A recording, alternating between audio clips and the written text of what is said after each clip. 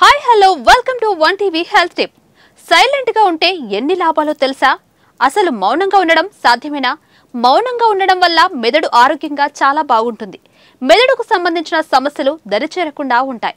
మీ మౌనంతో జ్ఞాపక శక్తిని కూడా పెంచుకోవచ్చని నిపుణులు చెబుతున్నారు. రోజులో ఓ గంట పాటు మౌనంగా ఉండడం వల్ల మీలో క్రియేటివిటీని పెంచుకోవచ్చు అంటున్నారు నిపుణులు.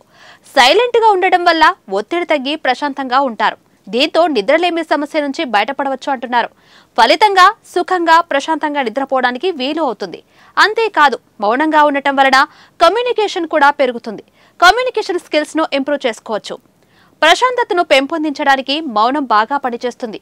రోజు కాసేపు సైలెంట్ గా ఉంటే ఎంతో ప్రశాంతంగా ఉండొచ్చు. ఒత్తిడి కూడా ఉండదు. దీంతో గుండె సమస్యలు కూడా రాకుండా ఉంటాయని నిపుణులు చెబుతున్నారు.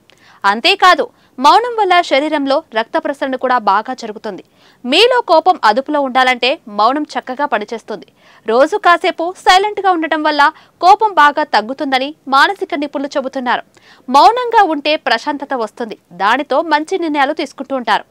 మిమ్మల్ని మీరు ఇంప్రూవ్ చేసుకోవచ్చు. ఆవేశంలో తీసుకునే నిర్ణయాల వల్ల ముందుకు వెళ్ళలేము, కానీ మౌనంగా ఉంటే అనుకున్నవి సాధించగలమంటున్నారు నిపుణులు. శరీరం ఆరోగ్యంగా ఉన్నప్పుడు మనలో రోగనిరోధక శక్తి పెరుగుతుంది. ఫలితంగా సంతోషకరమైన జీవనాన్ని సాగించగలుగుతాం. కాబట్టి మౌనానికి ఉన్న శక్తిని అర్థం చేసుకోవాలంటున్నారు. కనీసం రోజు గంట సేపైనా నిశ్శబ్దంగా ఉండి మనం మన శరీరాన్ని, మనసును కంట్రోల్లో ఉంచుకోవాలని మానసిక ఆరోగ్య నిపుణులు సూచిస్తున్నారు.